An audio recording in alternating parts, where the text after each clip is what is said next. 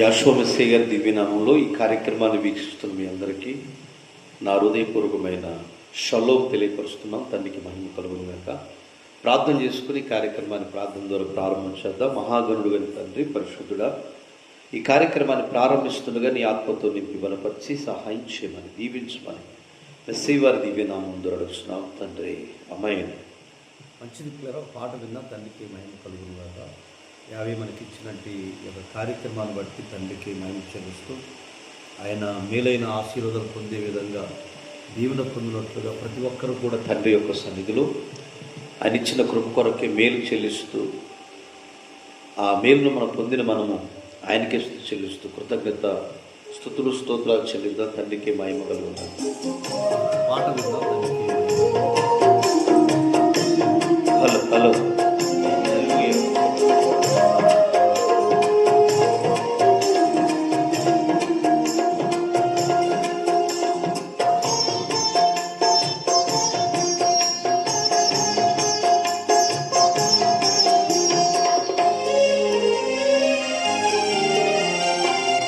చాలునయ్య నీ కృప నా జీవితానికి,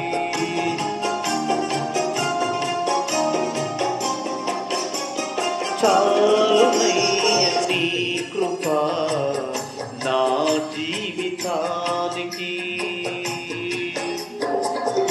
సాగిపోదు మెస్సయ్యా సాగరాలు ఎదురైనా, చాలునయ్య నీ కృప నా జీవితానికి.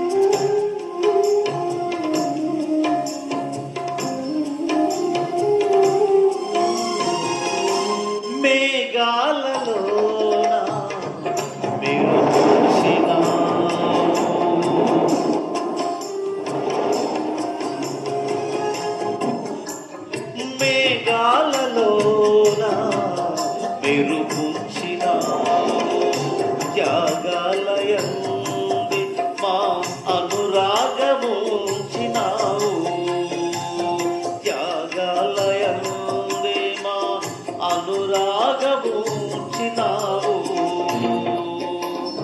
సాగలేని జీవిత సమరములో,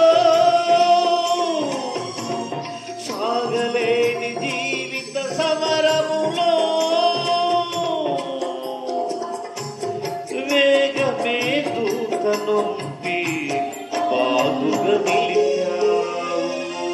చాలునయ్య నీ కృప నా జీవితానికి.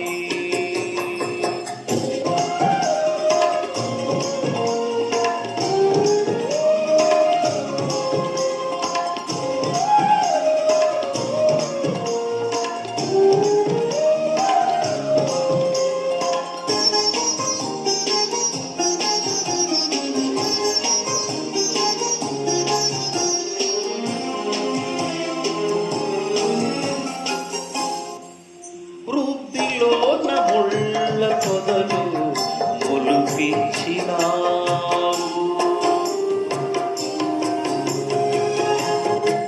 వృద్ధిలో ముళ్ళ పొదలు మొలిపించినావు.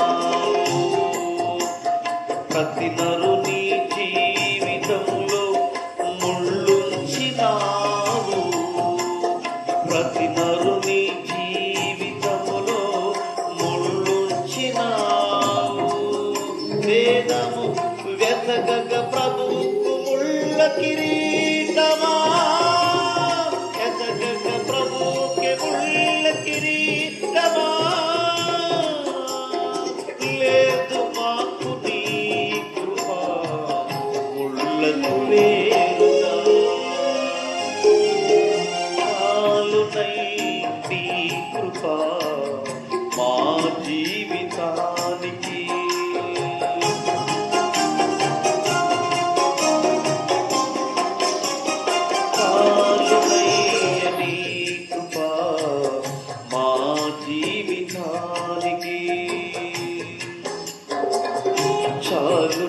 చాలు మెస్సయ్యా, సాగరాలు ఎదురైనా చాలు చాలు మెస్సయ్యా, సాగరాలు ఎదురైనా చాలునయ్య నీ కృప మా జీవితానికి. ప్రభు తండ్రికి మహిమ కలుగును గాక. యావే మనకిచ్చిన సమయాన్ని బట్టి తండ్రికి చెల్లిస్తూ కృతజ్ఞతాస్తుతులు. యావే మరొక రాత్రికాల సమయం మనకి తండ్రిచ్చారు. తండ్రి యొక్క సన్నిధిలో తండ్రి యొక్క కృపను బట్టి మనకిచ్చిన అవకాశాన్ని మనం వినియోగపరచుకోవాల్సిందిగా యావేకి మహిమ చెల్లిస్తూ హల్లెలూయా హల్లెలూయా.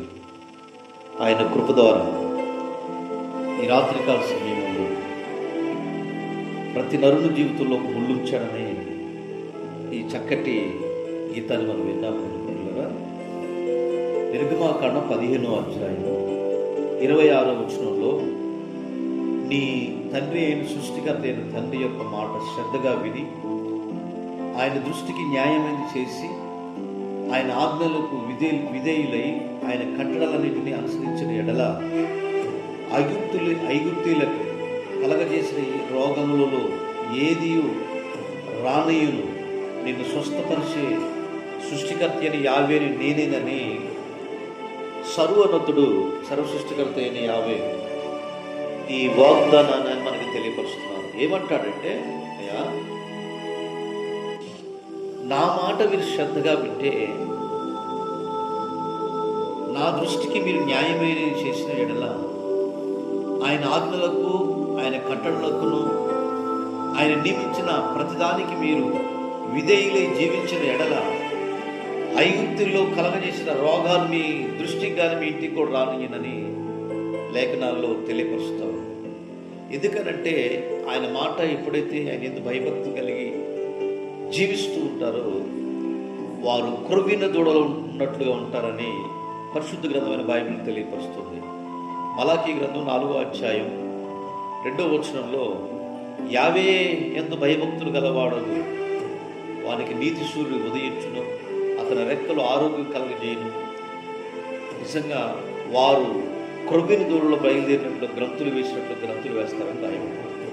తండ్రి యందు భయభక్తులు కలిగిన కుటుంబాలు ఆపదలు అక్కర్లు శోధనలు కలిగిన అందులో నుండి యావే తన్ని తప్పిస్తాడని ఈ శ్రేష్టమైన వాక్య భాగాన్ని తెలియపరుస్తుంది. ప్రియమంటి సహోదరి సహోదరులారా, ఆయన సన్నిధిలో ఐగుప్తి దేశంలో ఎన్నో రోగాలు వచ్చినా తన పిల్లలని ఇజ్రాయేలీల్ని కాపాడుతూ వచ్చాడు. ఈరోజు నిన్ను నన్ను మనందరినీ కూడా ఆయన యందు భయభక్తులు కలిగిన చట్టాన్ని ఆయన శాసనాలను అనుసరించిన ఎడల మనకి ఈరోజు నీతి సూర్యుడిగా మన కుటుంబాల్లో మనతో ఆయన ఉదించడానికి సిద్ధంగా ఉన్నాడు.